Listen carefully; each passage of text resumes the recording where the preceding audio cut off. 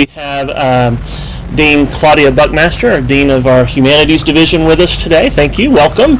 We have a couple of faculty members, Professor Radcliffe, right, and Professor Jewel, way back in the back.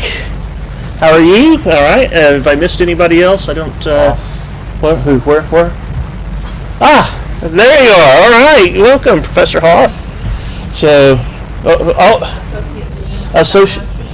from Health Sciences. I don't get out enough, obviously. So, right. Welcome. Thank you for being here. Also, thank you, obviously, to all of the students and others who have attended. We're going to be discussing the issue of income inequality here in a bit, and so that's a topic that is discussed quite a bit in public policy circles and elsewhere, and so we'll be tackling that. We call these the great debates, although this is not going to have, at least I hope, the feel of a debate as much as a conversation between the folks that are up here and then with us and you out there. So not all of us will agree with one another on this topic or what to do about it or what it means, but hopefully you'll get a feel for a variety of perspectives on this issue and take away some additional knowledge that maybe you didn't have before. So that's going to be kind of our goal today. So hopefully nobody will be throwing things at each other or screaming and yelling at each other, but I can't guarantee that, but I have a feeling it'll be all right. Let me introduce our panelists first. We'll get started there. One of the problems with inviting a bunch of smart people to be on these panels is it's kind of easy quickly to be considered not one of them, and so I'm a little nervous with these folks that are up here next to me. They are very smart, they're very knowledgeable, and that's why I asked them to be with us, and I think you're going to gain quite a bit of good information from all of them that are here. So let me just start. To my right, your left, is Mr. Gene Perry.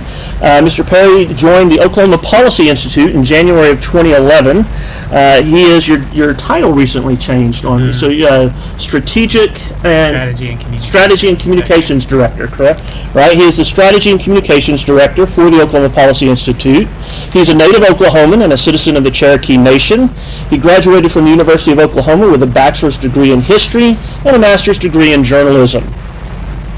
At the Policy Institute, Gene works to develop strategic goals for the organization and ensure that projects are effectively advancing those goals. He also oversees the design, messaging, and communication strategy for the organization and their publications, and conducts research focusing on budget, tax, and education policies. Mr. Perry also serves on the board of the Oklahoma Sustainability Network, is a member of the Investigative Reporters and Editors, and has chaired the Communications Advisory Committee for the State Priorities Partnership, a nationwide network of state fiscal policy think tanks. Please join me in welcoming Mr. Gene Perry. To my immediate left is Dr. John Wood, who is an associate professor of political science at the University of Central Oklahoma, where he teaches in the Masters of Public Administration program at UCO, and he holds a PhD in environmental policy and conflict management. Dr. Wood's areas of expertise include conflict management, environmental policy, public administration, American government, state and local government, nonprofit management, ethics in government, municipal management, grant writing, urban politics, and urban sustainability. Before joining the faculty at UCO in 2014, Dr. taught here at Rose State College for 9 years. While at Rose State, Dr. Wood earned the Excellence in Teaching Award. He also received the NISOD Teaching Excellence Award in 2009 and the Oklahoma Political Science Teacher of the Year Award in 2007. He has also earned 2 Harold Sayre Graduate Teaching Awards from Oklahoma State University.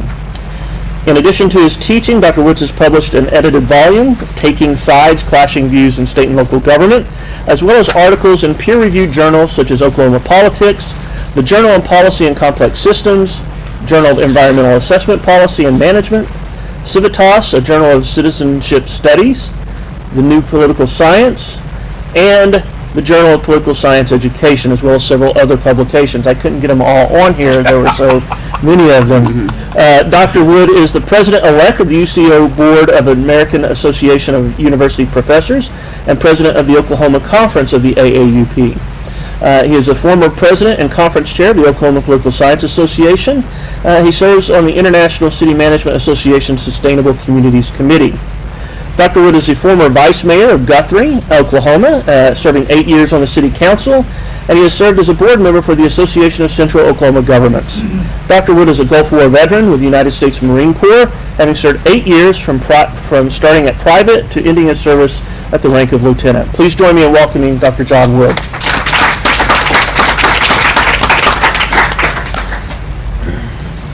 To my far left is Professor Craig Dawkins. Professor Dawkins is a professor of personal finance and economics at Rose State College, and he came to Rose State after a long career in the private sector.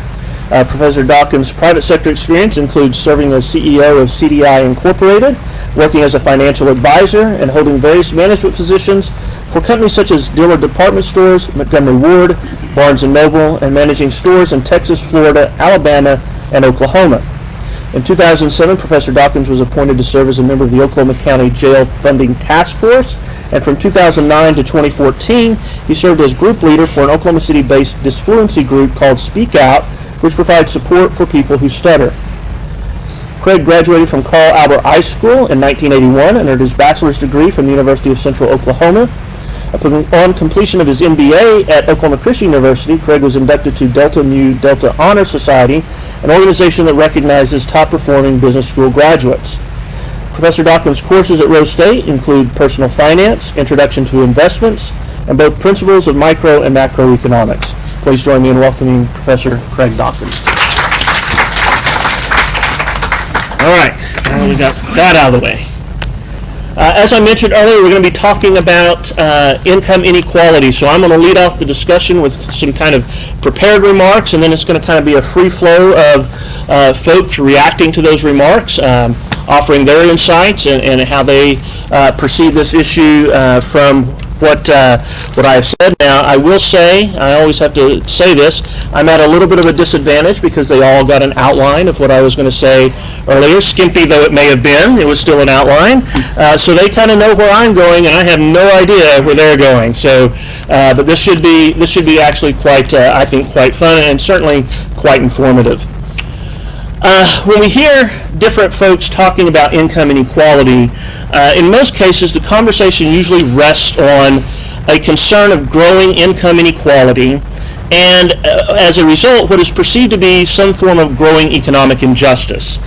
In today's conversation, what I hope to do first of all is simply explain how we measure income inequality, what that measure tells us about what is happening in the economy, and what it doesn't tell us. And I hope to have a conversation towards the end regarding the relative merits of income inequality as a measure of economic justice or equality, absent other measures as well. So let me start at the beginning. Obviously, when we talk about income inequality, one of the things that we're referring to, or the thing that we're referring to, is the gap between those at the high end of the income earning spectrum and those at the lowest end. We measure this difference using something called the Gini coefficient. This coefficient ranges from 0, which would represent a society in which every person earned the exact same amount, to 1, which represents an economy where one person earned all the income and nobody else earned anything. Clearly, there's no country that exists that has a perfect 0 or a perfect 1. At the end of 2013, the Pew Research Center issued a report on income inequality among the member nations of the Organization for Economic Cooperation and Development. This is kind of regarded as the collection of the most wealthiest countries on the globe, and this will allow us to compare the level of income inequality among similar situated nations.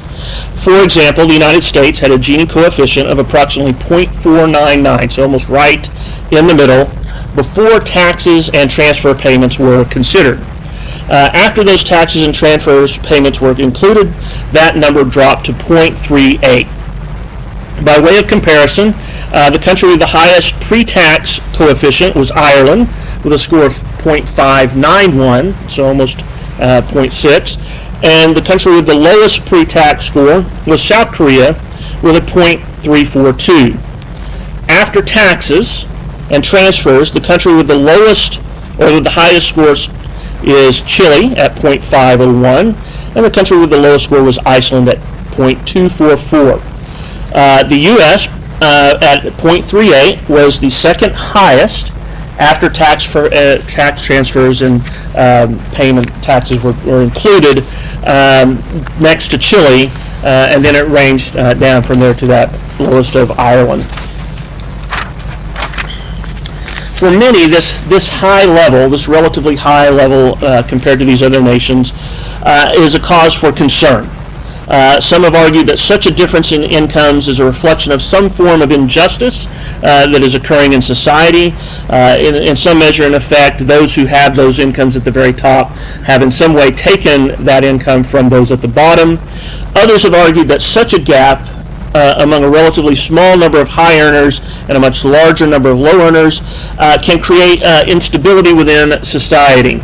The mere difference, they would argue, creates a demand for redistribution that, if not met at some level, can boil into significant social and political instability. I'm going to start off, from this point, kind of explaining why I think this measure of income inequality has some serious flaws, especially when you don't take into account other economic measures. One of the most important problems I see in this measure is that it tells us nothing about the living standards of the people it's purporting to measure. It simply tells us what's the gap in income, right? It tells us nothing about how real live people are living. Considering this issue of living standards a little bit further, economic historian Deidre McCloskey has noted that the average person in the U.S.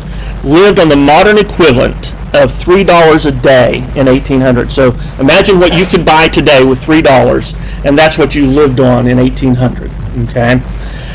Today in the United States, that average person lives on the equivalent of about $130 a day. According to McCloskey, Americans have seen a nearly 3,000% increase in living standards in just over 200 years.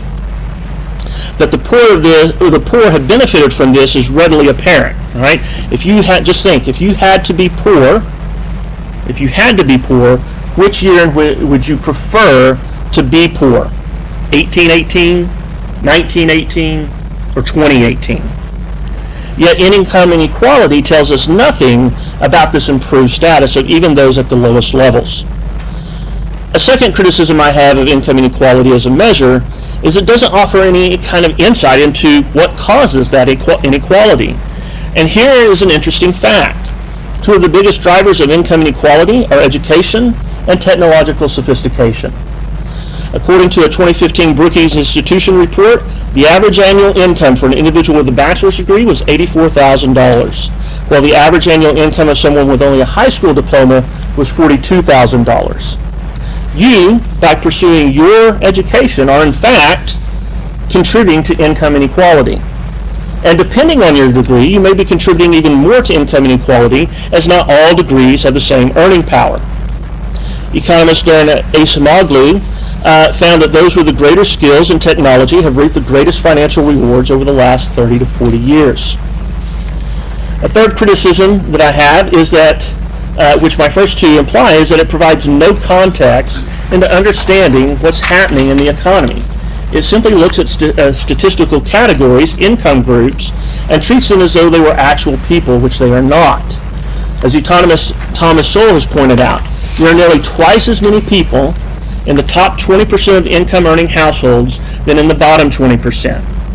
In addition, the top 20% of earning households have more people who work full-time and more two earners in households than those at the bottom 20%. A simple look at income inequality tells us nothing about what is going on in these households. Nor does it tell us that income is correlated with age. Right? In other words, as you age, you tend to earn more income over time.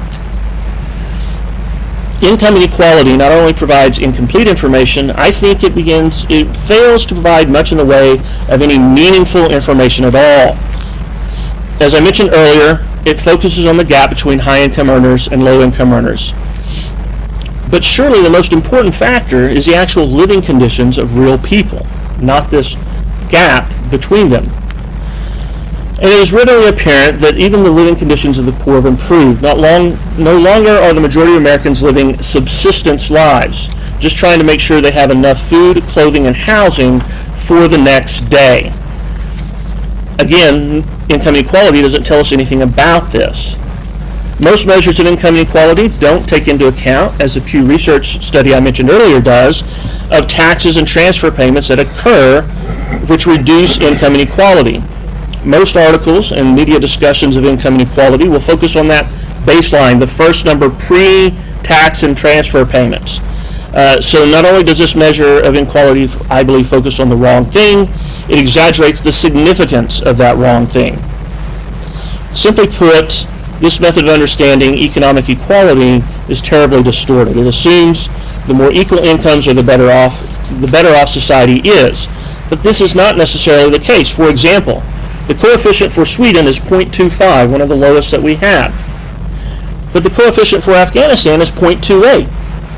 Would anyone argue that the people in Sweden and the people in Afghanistan are living anything comparably into the same kind of living conditions?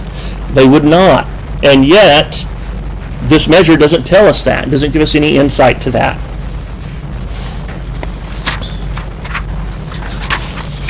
So if income inequality is the wrong thing to measure, what should we be looking for to determine how our economy is functioning, right? First, as I've mentioned several times, actual living standards are critical to evaluate not only current living standards, but how they compare historically. Are we living in 2018, are we living better than those who lived in previous generations? And the fact is, not only are we all able to purchase more things, but we had more access to goods and services that simply didn't exist 25, 50, or even 100 years ago. By almost every objective standard, living standards today are superior to what they were in previous times in history for almost everyone, especially in countries like the United States. Tracking and explaining this dramatic rise in living standards is far more critical than simply tracking the difference in incomes at the high and low ends at any different point in time during that history. Measuring these increases gives us much more insight than does a measure of income inequality. Second, income mobility is also an important factor to understand. How likely is it, especially those at the bottom rungs of the income ladder, will move out of that situation over their lifetimes? In two of the largest income mobility studies in the United States, we found that from 1979 to 1988, 86% of those in low-income households rose out of that low-income bracket. In another from the University of Michigan, those households that were poor in 1975, over 90% of them were no longer poor in 1991.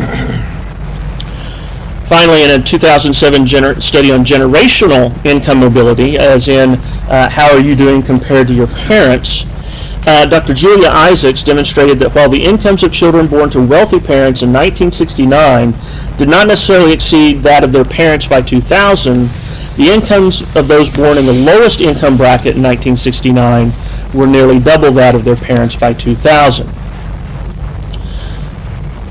Measures of income inequality simply do not tell us what is happening with real households or individuals the way income mobility does. If the concern for those who focus on income inequality is the ability of the poor to better off their position, there are things that can be done to address that. One of those would be to reduce the barriers to employment and entrepreneurship in areas such as occupational licensing. Finally, the measures of economic growth are also important in understanding what is happening. So other measures, which none of these can be viewed as comprehensive, but viewed collectively, measures such as gross domestic product, unemployment rates, rates of entrepreneurship, per capita income, can give us far more insight into what is happening with any given household or given income group than simply looking at income inequality. At the end of the day, attempting to measure income inequality focuses on the wrong thing, it exaggerates the significance of that wrong thing, and it leaves out crucial information to truly understand how people are faring currently compared to how people fared in previous generations. And the good news, news which you will miss if you're simply focusing on income inequality, is that on the whole we are all doing significantly better. All right, now have at it. I'm done. I'm done talking for a little while. You guys feel free to. Who wants to jump in? I can say a few things. Do I need to bring this You should be closer, able to just act like you're teaching a class and talking that way, and you should All be right. okay. Well, I think the only one up here who does not regularly teach a class, so but I'll do my best. So, in some comments to that, I would first want to say I agree with the statement that income inequality or Gini coefficients or whatever you want to use to describe that in isolation is obviously not the only thing that we want to think about when we're deciding, what is a good economy or what should we be concerned about. Obviously Sweden and Afghanistan are both similarly equal, except one is much richer than the other, and that's important. But I would say that inequality is absolutely one part of what we need to look at, along with some other things about the economy. And I would also say that that the example of people back in the 1800s making the equivalent of $3 a day and we're so much better off nowadays actually is not true for a large number of people, including people in the United States. In fact, in about 5.3 to 5.4 million people in the United States are living off of less than $4 a day today. And there was a New York Times article just the other day about this, actually. And the number of people who are living in absolute poverty on an equivalent basis to the poorest of the poor in some of the poorest countries around the world is, in the United States, larger than the entire population of Oklahoma plus another third of the state, if that gives you an idea. And there are also effects of distortions of our democracy that come from rising inequality. So it's not just about the simple, what do we have versus what does another person have, but who actually has influence and control over the decisions that we make as a whole society.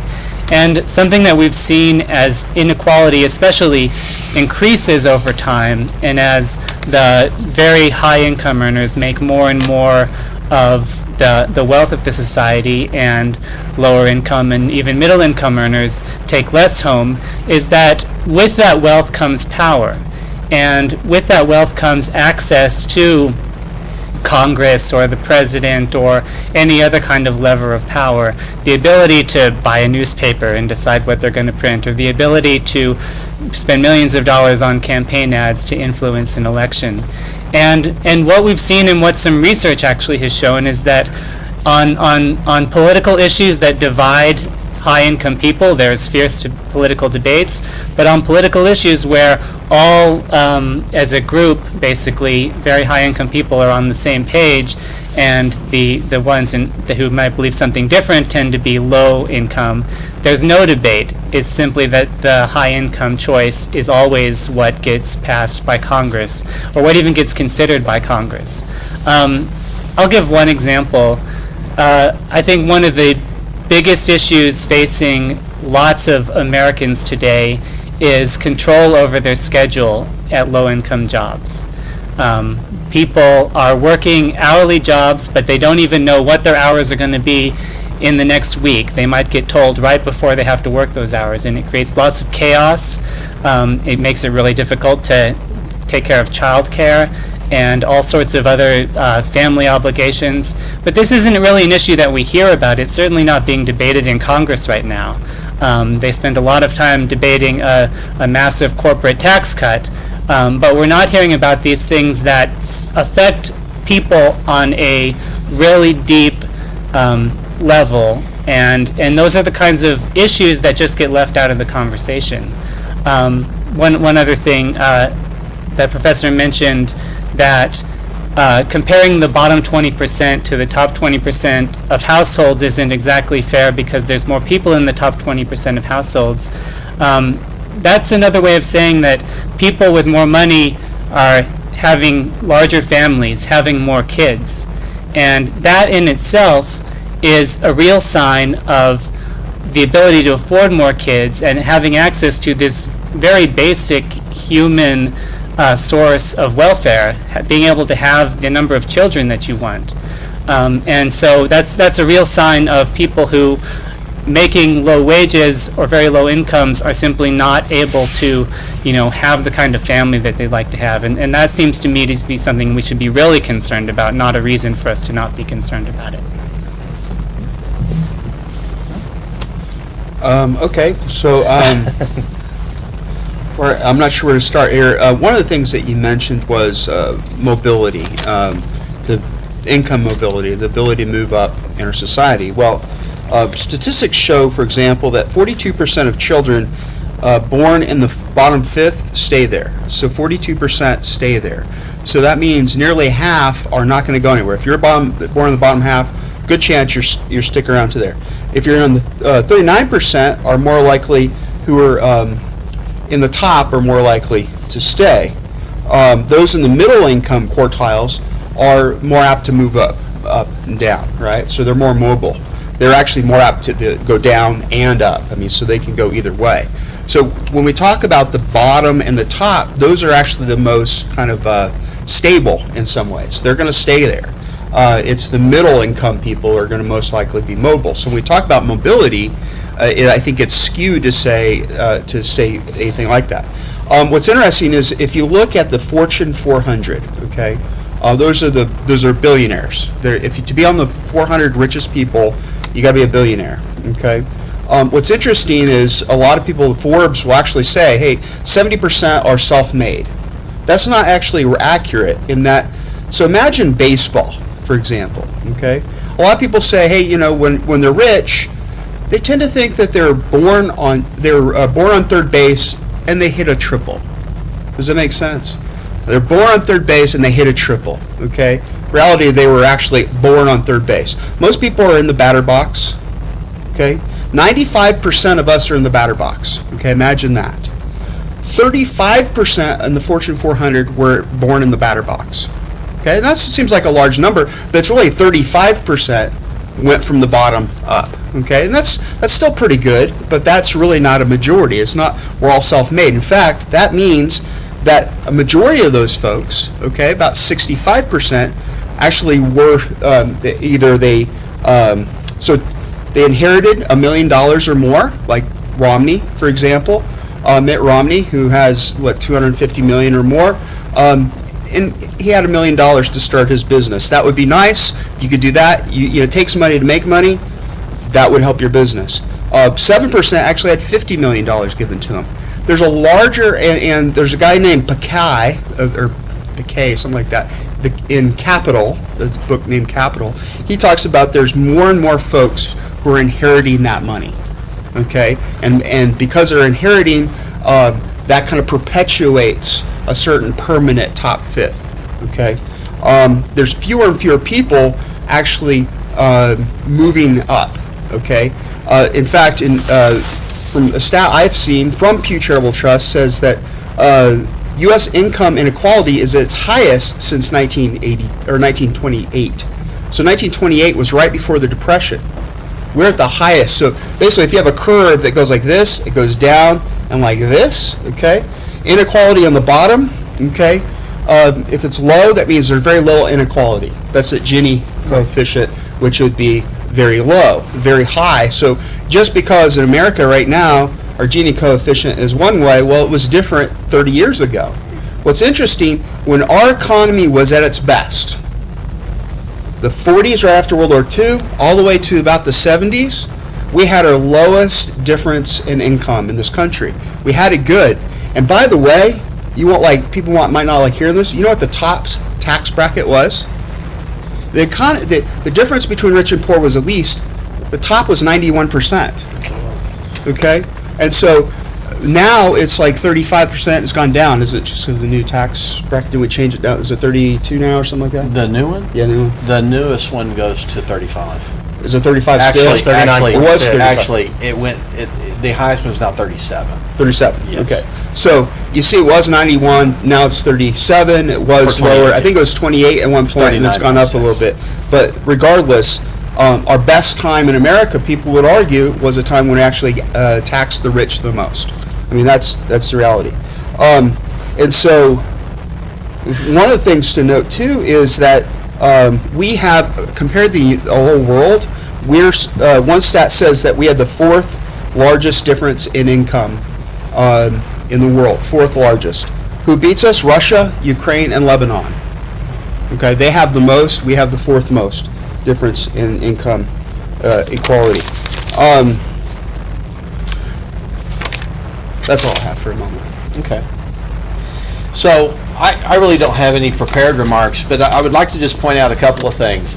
I think we agree on some things. I think we agree that there is income inequality. I think we agree that the statistics and the Lorenz curve, the Gini coefficient, doesn't necessarily give us any real great insight into the degree to which it's a problem or not a problem. I don't think we disagree in the idea that people should have equality of opportunity to earn as much as they can earn. I think we agree that in many cases there are government structures that cause some of these problems and aren't necessarily curative. Do we agree with that? Depends what you're talking about. Okay, okay, all right. So the thing that strikes me is that I have a question before I speak any further. How many of you are here today because you're going to get some reward as a result of having been here? Like grades, you're going to get a grade for it, you're going to get some. Show of hands, show of hands. Requirement for class. Requirement. Okay, now, how many of you are here for the pizza? Oh, come on. Come on, there's got to be some hands. Nobody's here for Don't the tell pizza? Mikhail. Right. How many of you are here solely because you want to witness an exchange of ideas to expand your understanding of the world? Okay. My point in asking those questions is that I asked my students today to come, and I said, but there's no reward. It's just, if you'd like to come and see it, you can. And I don't think any of the students that I told that to are here today. People respond to incentives. People respond to incentives. I think that it's very clear that equality of opportunity ought to exist. It's also very clear that equality of opportunity does not. And the question is, to what extent does that cause this inequality of income that we're talking about? There are some people in my personal finance class, the very first day, and in my investments class, I show this long PowerPoint of financial difficulties and bankruptcies of the rich and famous. People who are born with money don't necessarily end with money. Mike Tyson made $300 million boxing, and he filed bankruptcy in 2003. The consequences of the opportunities that people have lead to decisions and actions that people make. Sometimes people take real risks that totally bomb. Danny White is one of those. I don't know if you know, he's a former quarterback of the Dallas Cowboys. He filed bankruptcy because a lot of his business ventures went belly up. They just failed. Taking risks sometimes has enormous rewards. It's a fact that society, generally speaking, tends to be risk averse. If you give them a sure thing, a sure opportunity, they're more apt to take that than a 50% chance of going to zero or a 50% chance of becoming extremely wealthy. These decisions that people make in their own lives about how much risk they want to embrace in order to grow their own wealth or to make it big in a business impact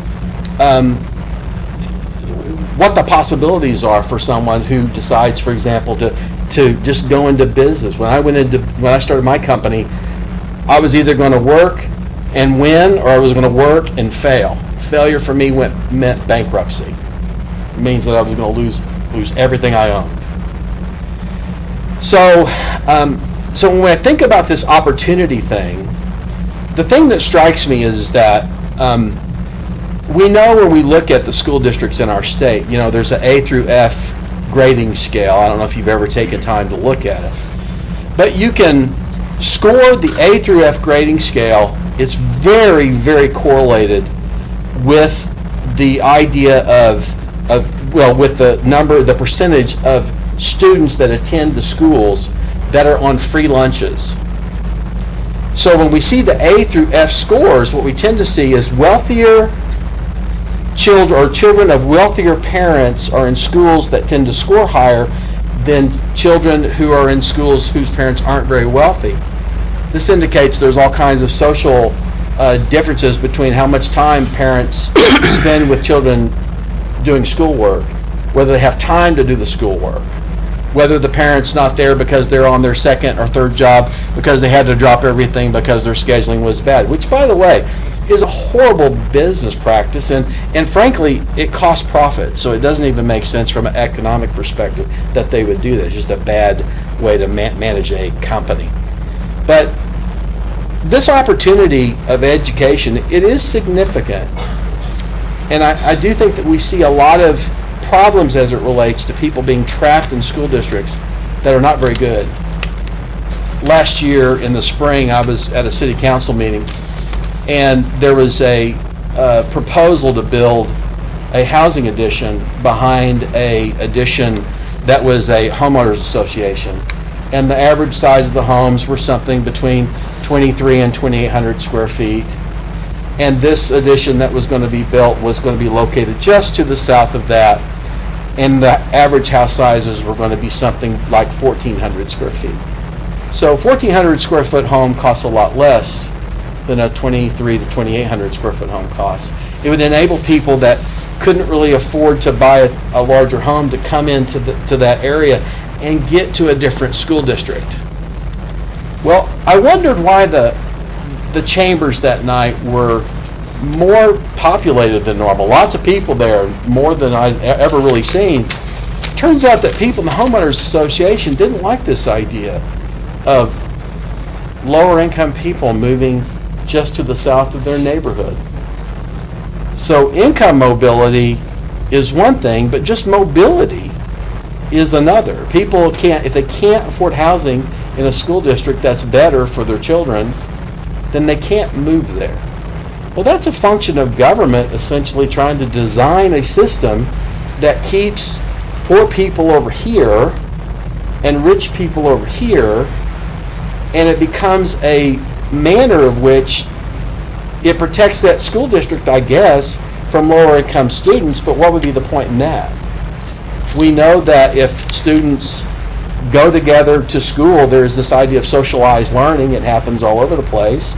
You learn from each other. You're introduced to a peer group that offers you opportunities that you wouldn't necessarily have if you're around a bunch of poor people. So this problem that we're talking about today of income inequality is not just a situation of, the data of taxation or the data of income redistribution. It has a lot to do with the opportunities that are not allowed because government, in fact, does things that gets in the way. Things like licensing. In Oklahoma, you can't call yourself an interior designer unless you have a 4-year degree from an ASID-approved school.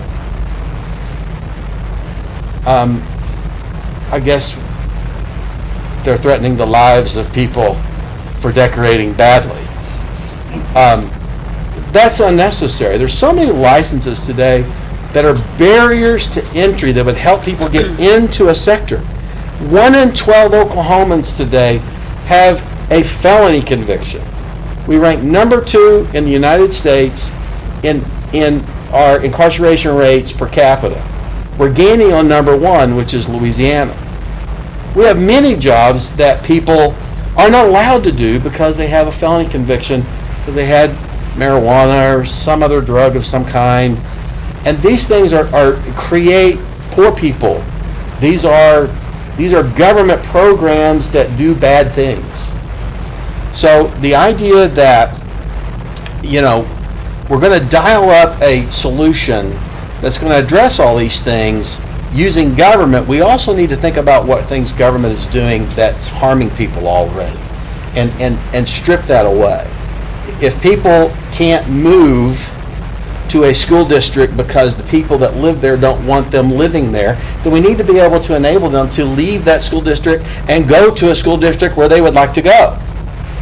Not entrap them in a place where the parents would like them not to be. And that's our system. So this equality of opportunity doesn't start at the employer's office when they make the schedule or when they do the hiring. It's a much deeper, more significant challenge, and I think a more holistic idea about how to change our society is in order. The things that we, as simple as criminal, our criminal justice system, which is broken, needs to be dealt with. We create a lot of poor people when we charge them with a felony, because we make it where they have lifelong loss of economic earning power, and that kind of thing has to stop, or has to be reformed in some way.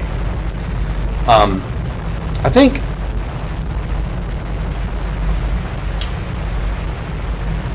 I'll stop there. I'm going to respond to some of what Craig was saying. Now, I've known Craig for a long time. His boogeyman's government.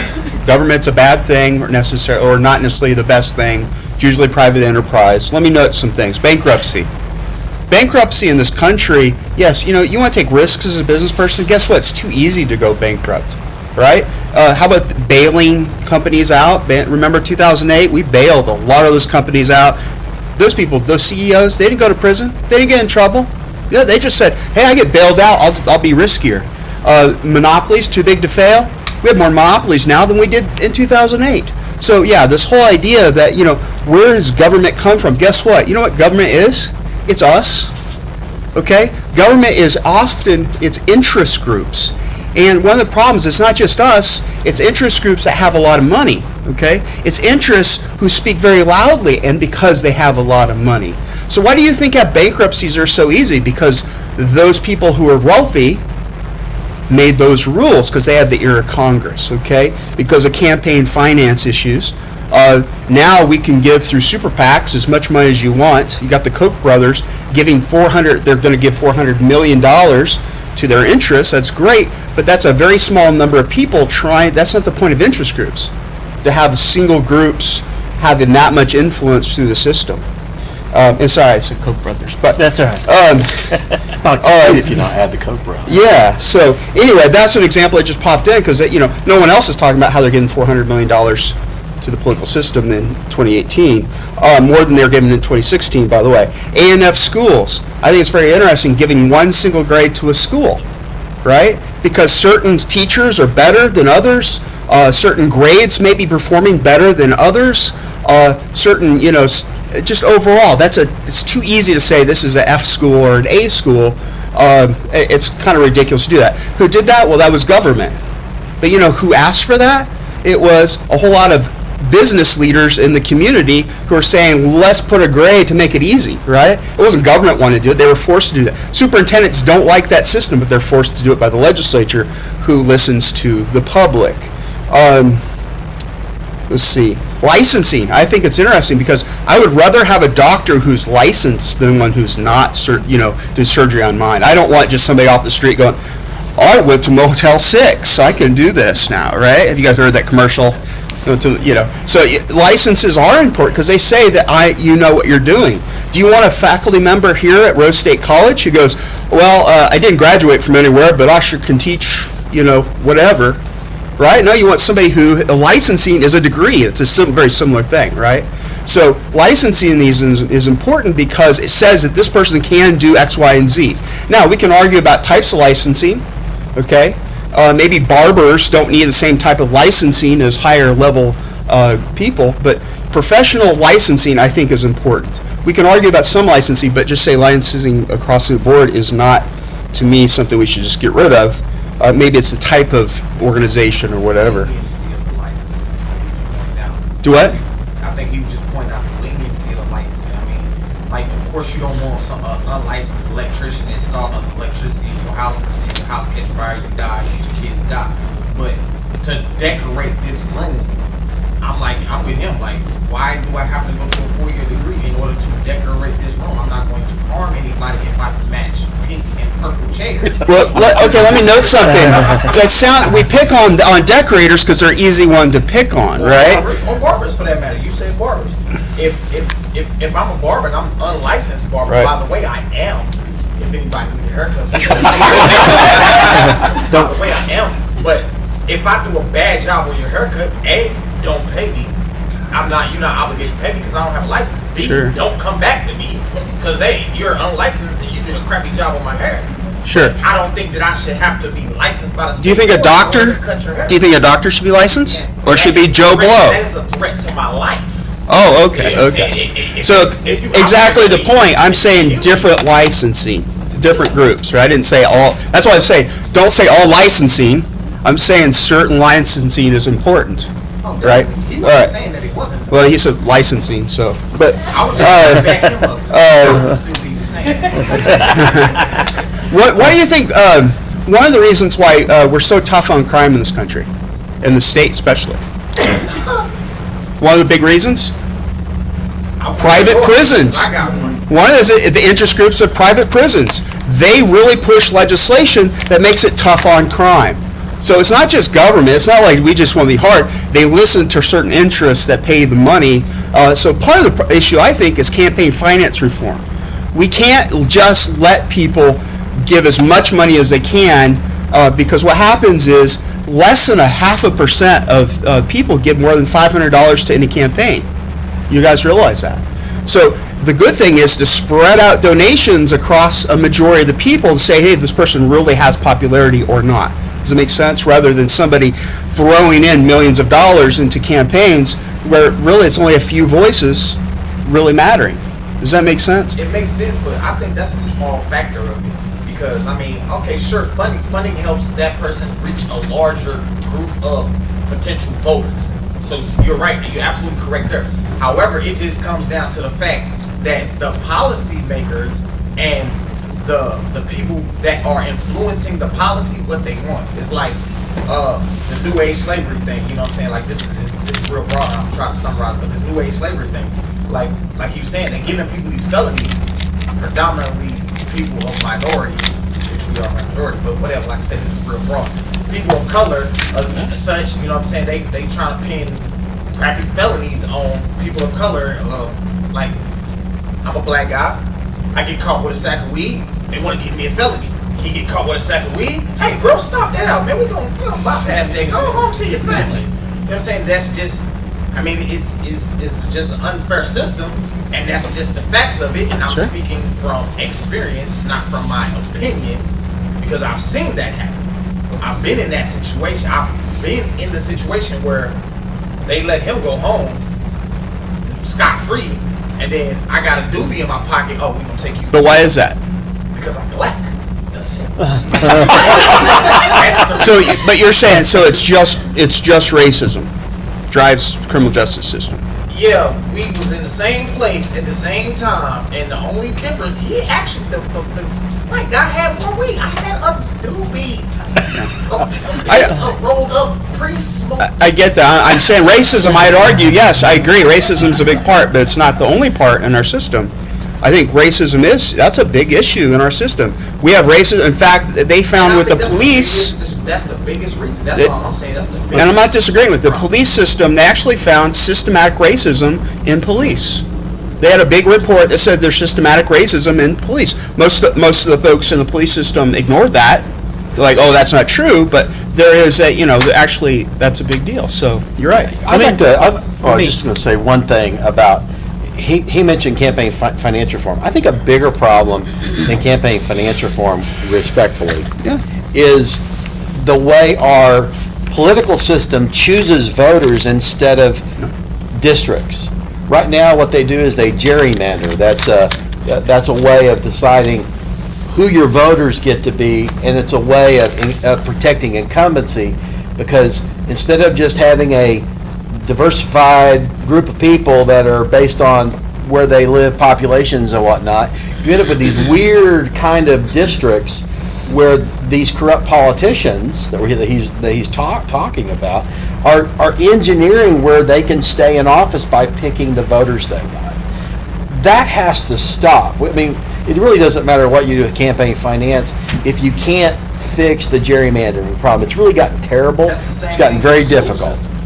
It's the exact same. Which school you get to go to because you Right. live, Like- even within a school district, they have district lines that determine whether you live in this area. You go to this school in the district, or you go to that school. That is exactly right. I want Let me to bring Gene comment back into this. some on Gene's been that. wanting to add something. Especially, so I think the example that you gave of the school system is a good one, and I just want to interrogate a little bit more one of those leaps of logic that you brought up. Okay. You talked about how we have these school grades, and we have some schools where the kids don't have parents who are there to be able to help them with their homework. Often the parents didn't go to college, they don't have an academic background. And then from there, suddenly, it was that, so these kids are in bad schools. But that didn't sound like what was being described. It sounded like that these were kids whose home background and economic background provided a much smaller foundation of ability that they needed to exceed in school. And so I want to point that out and say that, incentives matter. They absolutely matter, but so do foundations, and so do the resources that we have to start with. And there's some different policy choices we could take out of those facts. I mean, one would say, well, we have some kids who are like all low income packed into one school, and we want to be able to have some of them go to high income schools. Well, we could say, let's change some of our zoning regulations and let people move there, or let people go to wherever schools that their parents want to send them to. And I agree with that. I think that could be a good thing. But there's also going to be kids whose parents don't know how to research what a good school is, or whose parents can't afford to move and travel. Travel. Like I drive my son 30 minutes to Luton. Yeah, You know what I'm absolutely. saying? Every day, because I don't want my son to go to Star Spencer. I don't know if y'all familiar with Star Spencer, but there's a lot of gang violence there. Yeah. I don't want my son influenced by that type of environment. Yeah. So therefore, I mean, it's an hour-long drive. So like I took an hour in the morning to take him to school, an hour in the afternoon. That's basically driving to Tulsa every day just to get this boy to school so he can get a better education. Yeah, and so this is and not have the influence of the Crips and the Bloods and the Rolling 60s or whatever these little gangbanger groups is, neighborhood Crips and whatever. I don't want him around there. Therefore, if he don't have that influence and that knowledge base, then maybe he's less likely to pursue that avenue. Whereas I know another kid that stays a block over from us that goes to the neighborhood school, which is Star Spencer. And when I'm telling y'all, this kid is a genius. I'm talking about, he's a genius. Like, just IQ off the scale. But he went from being an intelligent genius of a child to now he's running with gang members and he wants to sell marijuana. You know what I'm saying? He want to be a thug. He want to be cool. He want to fit in with the cool kids because he likes girls and he wants the girls to like him, and the girls like the thugs, and the girls like the drug dealers. So instead of him focusing on what he's good at, which is being really, really smart, he wants to run with the gang members and he wants to sell marijuana, which is basically throwing his opportunities for progress after high school in the toilet, because all it takes is one bad mistake. He got caught shoplifting, and he didn't need to be shoplifting. He got caught shoplifting because he was hanging out. that's a great example, and so you sound like a really great parent who's willing to drive your kid an hour every day just to get to and from school. And I think there's examples out there of superhero parents. Yeah, there's examples out there of superhero parents who do that. There's examples of superhero teachers who are willing to be in classrooms with kids with all sorts of problems. It may be gang violence. But we can't have a system that depends on superheroes, because most of us are regular people. And when we talk about income inequality, what we create is a situation where there's a structure of society where if you want to get out of it, you have to be a superhero. Well, how about instead we say, hey, let's make it so regular people have a chance to. And especially when we're talking about the situation in education, we maybe shouldn't just say, well, let's let them all kind of flee. But how about let's say, what resources do we need to put into this to make all schools everywhere good schools and all neighborhoods everywhere safe neighborhoods? And a reason that we don't make that choice to do that is because, frankly, the power of those neighborhoods to advocate for themselves is not there because they don't have the wealth and the influence to do that. That's the big problem of inequality. So basically what, one of the things that Gene's saying here too is that, well, why are some schools, they don't have much money, other ones are real wealthy? I mean, why do like Jenks and places like Edmond do really well where other schools don't do as well, right? They don't have the money. Star Spencer is lesser. Why? Well, one of the differences where the neighborhoods are, they have less money going to the schools. So there's property taxes. Why? Because some schools in some towns, well, those are places that have less expensive houses, so they pay less in property taxes. Well, that's one of the issues. And when property, by the way, especially if you buy a house, that's typically people's number one piece of wealth, and they're tied to that wealth. They can't walk. I mean, there's this idea, this theory out there that, walking is voting type of thing, just walk away from it. The problem is, if you're tied, I know this very well, I have a house, I can't just go sell the house today because I don't like one of the policies in town. I have to actually try to sell and market that house. So I got to go pretend I love this place before I sell it, right? This is the greatest place, greatest house. Here, buy this house, right? We call that marketing. Called marketing, right? Well, but you want to get out of there, right? So you want to get out of there and go to a nice house. Well, the problem is property tax. That's a big problem we have. And what people don't realize that 3/4 of growth in the last 150 years in the United States have come from education and from research innovation. And that's a stat I found recently. So what's important about that? If we want to grow in this country, we need to invest in education, we need to invest in research and innovation. What does that mean? We got to stop disinvesting from colleges and high schools and all K through 12. We're doing that right now. In Oklahoma, we're the largest cutter of K through 12 in the country right now. And we're one of the top cutters of higher ed education. That's why tuition goes up. I mean, don't blame us for your tuition going up. Blame the legislature who says, you know what, why don't we make all these schools private? There's a lot of groups out there think that you guys should be paying the 100% of the bill for higher ed. The problem is, you guys are subsidizing higher ed is an investment in growth in the United States. Right? Investment in K through 12 is an investment in the United States. So what we need to do in places like Star Spencer or other places, we need to say, look, there's not as much money in this town as there is Jenks. What's going on? Is there any way we can give help to those folks? We do it somewhat through federal dollars, and we don't, we do a little bit on state dollars as well, but it's still not equal. That's why some places have the best computers, the newest books, other schools do not. And that's one of the issues. And so if you grow up in one of those towns where the schools aren't as good, you have a lot less likelihood of one getting a job or going to college. I mean, if you go to the metro area, go to the suburbs, you're going to have an average ACT score of 22 to 24. If you are actually in the inner city schools, the average ACT is something like 14, 15. You're not going to college, right? The suburbs, you're more likely to get a scholarship to go to college. And so who's going to go to college? The people in the suburbs, not people in inner cities. So we really set up those people in inner cities to fail, not because of who they are, but because of the system itself, because we do not prioritize education in this country, because we say, oh, well, some people, it's their fault, and some people, see, they're doing great because that's where they're at. And so we judge people not about who they are, about just how they behave and what we see. Yeah. Let me kind of, we've ranged all over the place here, and before we open it up to let more of you guys jump in and ask some questions that you might have, let me bring this back around and see if I can.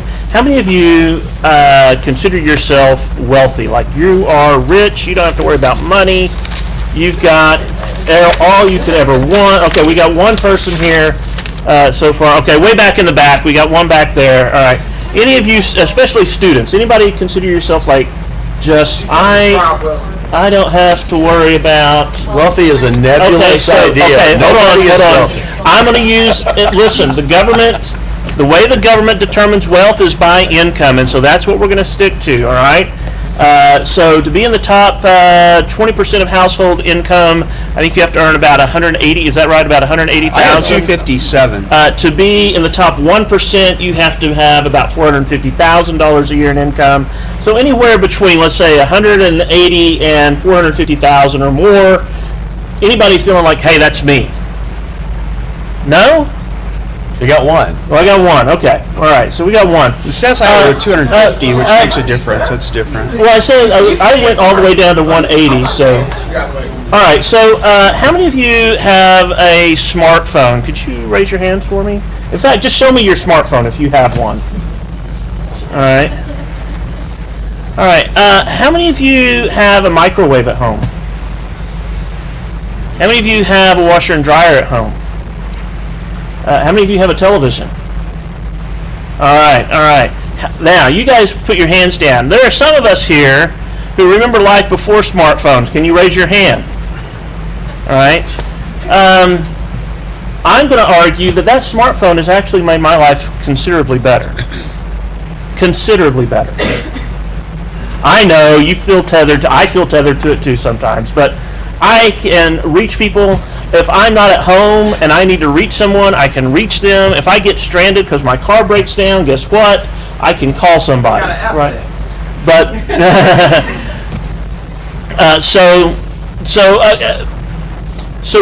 those things make our lives immeasurably better. How many of you can remember? Because I can. Life without microwaves. Right? What was that like? Slow. 45-minute TV dinners. Let's go a little bit further. How many of you can remember life without having a washer and dryer in your home? Anybody here who can remember that? How about this one? A dishwasher. How many can remember not having a dishwasher? I still don't have a dishwasher. Yeah, I am the dishwasher. I have 5 children. They are the dishwashers. But yeah, I get your point, right? What's the point here? All right. The point is, we don't consider that, when I'm looking at my smartphone, I don't consider that income to me. But you know what? It has made my life much easier. I'm much more productive without that. Having a washing machine, having a dryer, much more productive. And women and other, and even some men who had to if you remember washing clothes without a washer and a dryer, that was a whole different experience, right? That was what we call manual labor. And now we don't do that. That has made our lives better as well, right? All of these things that we experience today, you go back just 50 years, and most of them weren't around, right? And we could talk about, how much the wealthy and this kind of thing, but none of you, none of you consider yourself overly wealthy. And yet, almost everybody had these common things, right? You couldn't say that. You couldn't say that 25 years ago. Can I say something about that example? Yeah, but well, what I want to do is I want to say that we can't assume, right? That didn't come. Those things didn't come about because we taxed people at a certain rate or didn't. They didn't come about because the government spent money on smartphones or spent money on washers and dryers. They came about because people were free to experiment, explore, and to innovate, right? And that's what, at the end of the day, really improves our lives, is this ability. John mentioned it, innovation, right? There's a great book called Better Capitalism by some very well-known economists, Robert Lighton and Carl Schramm, who make this point. But what's interesting that they point out is it's not really government spending on innovation that drives innovation either. And so when we talk about what makes our lives better, what makes our lives better is allowing people to take action. Education is important to that, crucially important, increasingly crucially important, because we're living in much more technological times, right? We had in Midwest City, there is a company called Century Martial Arts. Anybody familiar with that company, right? So they make martial arts supplies, right? The guy started this business in 1971. He was selling martial arts uniforms out of a van. going around to martial arts tournaments and stuff, selling it out of the van. Today, we're one of the largest martial arts supply companies in the world, right? At the end of the day, did he have more education than a lot of other people? Not terribly much more. Did he have a better home life than a lot of other people? It was about an average home life, right? But what he had was the ability to do something. And that's what we need, to me, much more than focusing on, well, here's these people and there's so much gap. We need to be focusing on how do we provide more opportunity. Education is a part of that, but that's not the only part of that. There are lots of things that we do to prevent people from taking opportunities. Craig mentioned occupational licensing.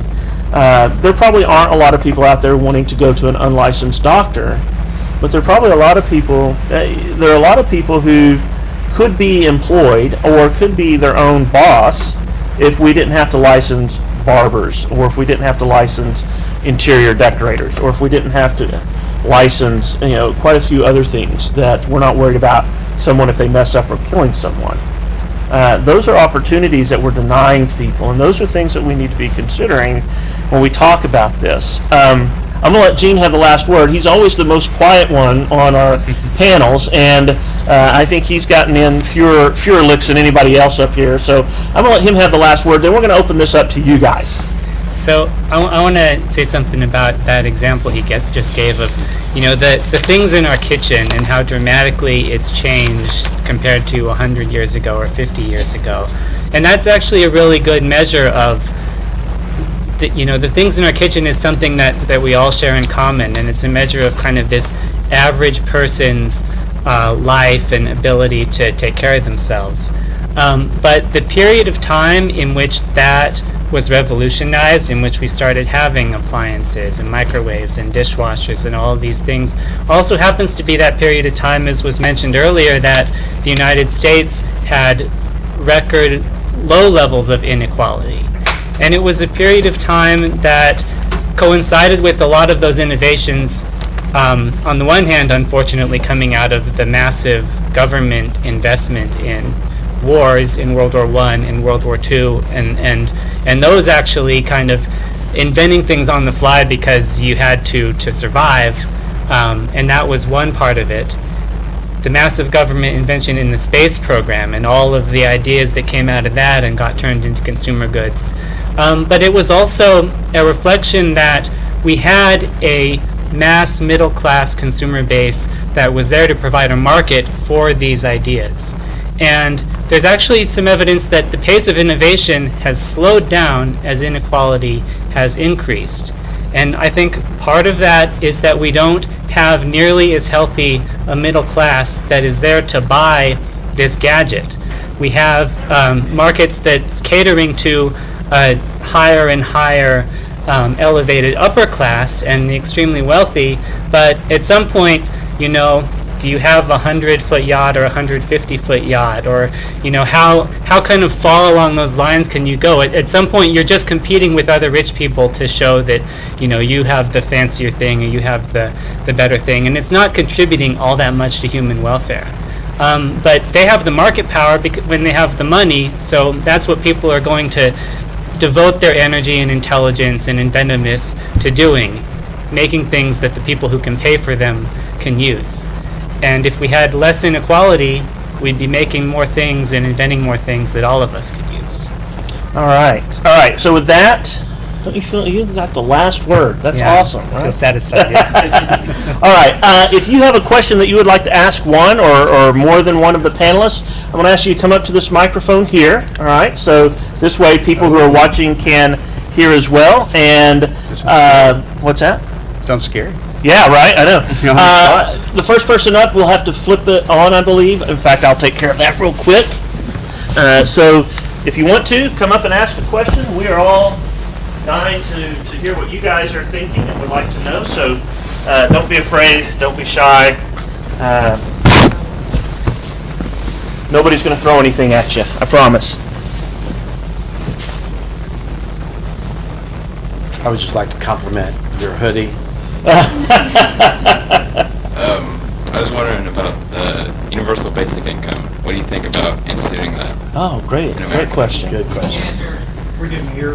He asked about the universal basic income. So let me do a primer real quick so people know what this. So this is an idea that has been around for some time. We have some countries doing some pilot projects with these, but basically it's the idea that rather than having a whole bunch, like we do in the United States, a whole bunch of different programs, it's just the poor, we have food stamps, we have Medicaid, we've got housing subsidies, we've got child care subsidies. Rather than having that, basically you set an amount and you say we're just going to guarantee that every citizen has this amount, right?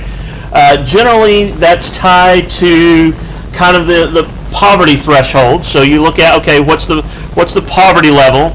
Okay, we're going to make sure that no one falls below that by just cutting people a check. The idea being that you make your assistance to the poor more efficient. You don't need a massive bureaucracy providing all of that. And you give them the freedom basically to decide how they want to use those resources. So this is the idea behind the universal basic income. And I'll let any of our panelists who want to jump in there and offer their thoughts on that, feel free to do so. I'll be glad to talk about it. I really am in vast support of it. I think it's a great idea. The criticisms of it are essentially that you give people a reason not to work. You know, if you give them money, which if the principal problem of the poor is that they don't have money, then a universal basic income does that. It gives them money. And so you don't need this vast bureaucracy in government of means testing and the various other things of people that you essentially give people a basic income. And so what it would do from my perspective is it would give people money. They could choose to work, they could choose not to work, they could do whatever they'd like to do. They have money. It's their responsibility to spend it wisely. Another objection to this idea is often that, well, what about the children? Because these people are not going to spend their money responsibly. What if they blow it all on vodka or doobies? And so in such a system, we wouldn't change our child laws. I mean, people would not be allowed to neglect their children, so that would not be, part of the package. But this idea, Frederick Hayek came up with this idea many, many moons ago, and it was an idea floated as the negative income tax by Milton Friedman. And to me, it's the best of, it would be great if nobody needed to be on welfare, if nobody needed a basic income that was given to them. It would be great if that were the case. It's not the case. That's not the world we live in. So if we're going to help the poor, I think one of the best, most civilized ways to do it is with a universal basic income. It requires that they be responsible with their money, and there's not this paternalism of the nanny state looking over them and saying, well, have you done this program, and did you do this program, and did you jump through this hoop? Let's just eliminate that and give them money and let them make their own decisions about their life. I was just going to say, I really like the idea myself. I think it depends on what they mean by that. Like, how much money are we talking about? Does everyone get subsidized that amount of money, or is it based on, if you have more income, you get less of that, something like that? That makes a difference. I think the details make a difference. However, think about resiliency. When people fall down, like they lose a job, you don't have to go unemployment and try to fight for your employer to try to get unemployment. You can just, you'll have this money coming in, whatever amount, maybe it's $1,000 a month or something like that, and you can survive. Maybe you go to school on it. Maybe instead of going and getting loan debt, I'm still paying off my loans, by the way. Instead of going loan debt, you can just live off of this minimum amount of money and just, live like you're living now. But, focus on school and focus on your grades and focusing on improving yourself. And there's a higher chance, if you go to places like Europe where they have more subsidies, there are more people getting higher level degrees because they can work on themselves. Also, fewer people, depends on what country, but some of those countries, the socialized country, you don't find people on the street begging because they're taken care of. They have a warm place to stay. So. Right. And in my experience, Come on up to in my experience with the system, the welfare system, and all of the great subsidies that the country provides to people of poverty that's in poverty, poor people that okay, there's always going to be those lazy people that don't want to do nothing. Like, I don't care what the circumstances is, if you just don't want to do nothing, you're going to be lazy. But I believe that if that I forgot the exact universal basic income. The universal basic income was implemented, it would provide people with the opportunities to make opportunity for themselves via what you said, like going to school, furthering their education, or I believe you said, Mr. Davenport. Don't blame me. You said something about like people, like you said something about starting their own businesses or something. Yeah, right. It'll allow, because you know, well, I got $38,000 this year. I need $18,000 to keep this roof over my head. You know, so that leaves me with $20,000. I mean, I got $10,000 for food, make sure I can eat all year, and I got $10,000. I'm gonna start me a business this year. You know what I'm saying? And then I can increase my income over my universal basic income via the business that I start with that universal basic income, instead of trying to scrape to eat, trying to scrape to keep a roof over my head, and at the same time trying to better myself. It's just too much stress, and then you wind up all gray at a young age because you stressed out trying to survive. I mean, I think it's a great idea, and once I reach that threshold where I don't need my universal basic income handout, well then it's gone. I don't need it no more. I'm making $50,000 a year out of my business, so now it's more in the account for them to give to the next citizen that's not reaching that threshold, that poverty level threshold, because I don't no longer need it. I'm now operating a successful independent business, and I'm no longer in poverty. So now, you know what I'm saying? But say I'm making $20,000 a year. Okay, now I only need $18,000 from the universal basic income, because $38,000 would be the threshold. Like, if you make that much a year, you should be able to survive and live a comfortable life. And I think I could live a nice, comfortable life for $38,000 a year. You know, having a roof over my head, transportation, and food. Yeah, I think that would be great.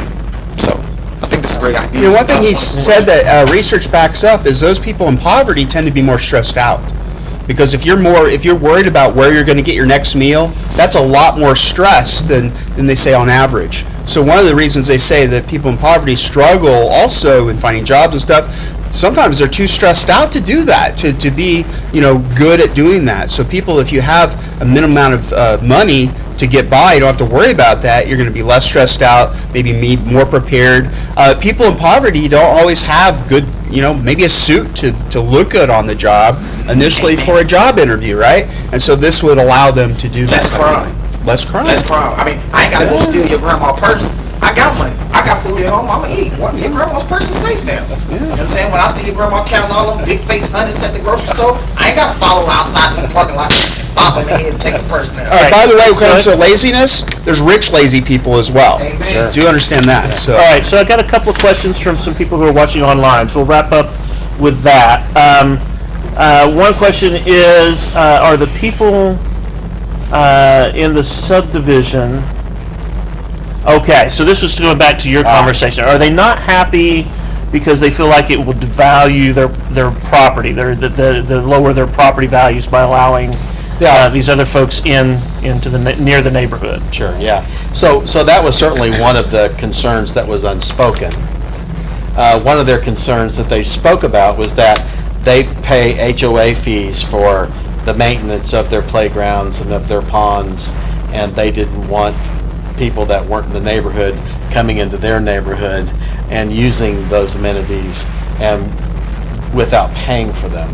But clearly it was a concern over what it would do to their property values, out of concern that to the south of their addition would be a group of people that were in lower cost housing, and they felt like that would be problematic for them if they wanted to sell their property, and they felt that it would diminish the values of their property, which is one of the major problems of school reform, because people absolutely move to a place that they believe has good schools.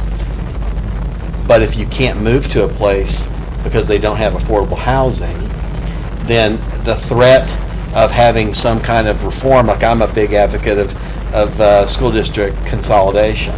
But the challenge there is that people that moved out of a district to go to a better district will feel like that if they wanted to have better schools, they should have to move. And they don't want the economic harm that they perceive is going to happen because they now live in a district that has the students or has the economic status of people that they moved away from in some prior location or just didn't want to be affiliated with. So yeah, I mean, that was absolutely part of the issue. Well, and note there, some of the rationale is not any different than years earlier with white flight. I mean, this whole idea that, whites would leave to the suburbs because they want to be next to black people because that would hurt their property value. I mean, it's not any different. It's just kind of a new, new way of looking at things and threat. New way of All right, segregation. so Dimitri, I got one more here. I just want to make a quick book yeah, go ahead. recommendation. It just came out recently. The Color of Law by Richard Rothstein actually looks a lot at how actually zoning and some of these decisions intentionally maintained and furthered segregation of our neighborhoods and our school districts. So this was not something that just happened naturally, people kind of sorting themselves. This was something that was very much a policy choice. It's redlining, right? All right, so do the panelists, I guess that's us here, think that there should be a limit on the amount of money that can be donated to campaigns? So I think this was following up on your conversation earlier. So John certainly does. I think there should be because, I mean, you and I can't afford the max. Or even now, I mean, even what it was under McCain-Feingold, $5,000 per election is what it is now on the state level, and it was around $2,800 per election now. And also, I can't give a max amount to a super PAC. I mean, because there's really no limit. I can give, $5 million to a super PAC, and so I think there should be limits because when somebody can give that type of money, it means my vote really doesn't matter that much. Their vote matters much more. It's like the same like voice. They have a megaphone, and my mouth is zipped shut. So I disagree. Oh, I'm sorry. Okay. Here, well, Go ahead. I might be taking your side on this. Okay, go ahead. So, I mean, I agree that the kind of overpowered influence of money in politics is a problem, but I don't know that trying to put a cap on it or reinstating some of how we've done it in the past would work, because money tends to find a way. People with too much money have ways of creatively figuring out how to get it in there. But something that could be more effective is actually empowering people who don't have millions of dollars to still have that impact. Some ideas like having a credit that everyone gets to say, you have $100 that you can send to any candidate of your choice, or there's like a $25 match for any candidate that you want to send your money to. So not necessarily capping the top, but empowering the middle and the bottom to influence. My position on this is that I don't think there should be any limits at all. If somebody wants to give their entire wealth, if the Koch brothers want to unload their entire bank accounts to give to a candidate, I say let them do it. The only thing I really demand is transparency. Where's the money coming from, so voters can see who is giving this candidate money. That would be the only requirement that I would really stipulate. But as far as the amount, I don't agree that it diminishes your vote, because even rich people only get one vote. And it's kind of the argument that we're all rubes and we're going to succumb to, the marketing, that the lies of politicians and casting our votes. People tend to be very tribal in these areas, as I think we've discovered certainly since 2016. People are they tend to stake out a position, they hold that position, they vote for the R or they vote for the D. I would argue there's not very much thinking going on already, even with the limits. So I would say take the top off that. Ironically, I don't think rich people want to do this because they like to be able to say, gosh, I'd love to, but I'm capped out, I can't give you any more. So I just don't have a problem with it at all. I'd love to help rich people do that then. But let me note real quick that 80%, they found that more than 80% of the time, the candidate that raises the most money wins. So it does matter. And the note here that I like the idea is everybody gets a credit of, let's say, $100, but that means nothing when somebody can give $5 million. It really is not the same thing. They're two very radically different things.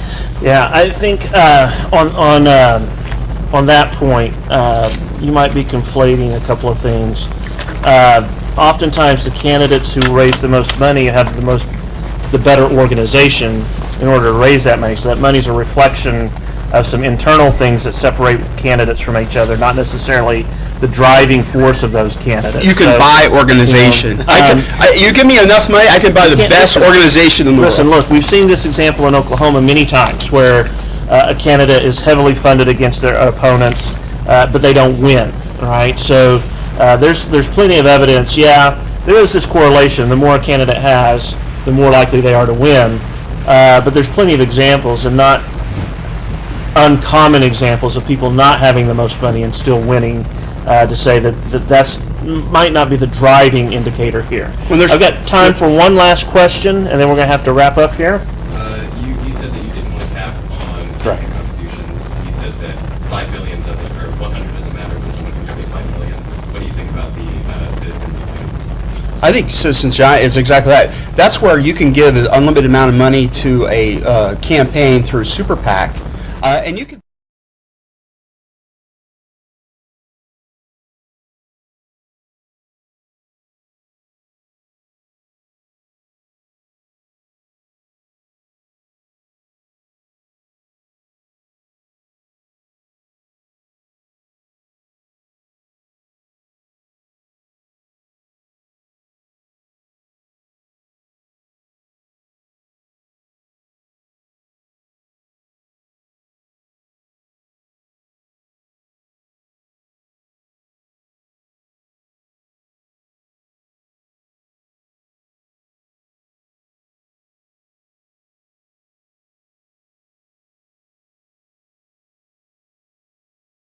Let me just clarify something here. PACs, even super PACs, can't give unlimited amounts directly to campaigns. They can spend unlimited amounts on campaign activity. That is a distinction that's rather important. In other words, I can't, running Super PAC X that has $2 million in it, can't dump that $2 million into presidential candidate Hillary Clinton's campaign for her. I can spend that money promoting her candidacy, but I can't give that money directly to her campaign. So there is.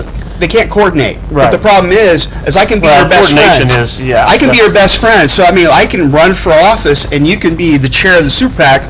Oh, we're not coordinating, but we're best friends, and we do talk all the time. We don't just talk about that, but that's a problem. So, yeah, it's not directly. That takes power away from the parties themselves, which, I know people have lots of problems with the parties, but they're a lot more transparent than the Super PACs. Yeah. And so we get, the money that's coming in from somewhere, nobody knows who's spending it, but there's lots of ways for people who have unlimited funds to have a big influence. And Super PACs are private. All right, so we've ranged all over the place. We started off talking strictly about income inequality. We've ended up talking about campaign finance reform, everything. That's how conversations go, right? So I want to thank you all again. I do need to recognize I didn't see you very much at the back. Dr. Hendricks.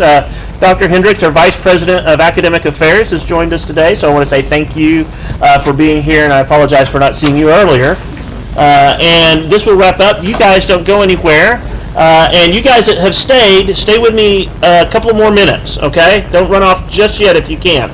I got something for you guys. So this concludes our formal presentation. Feel free to talk amongst yourselves or grab one of these. I'll be right back with something here.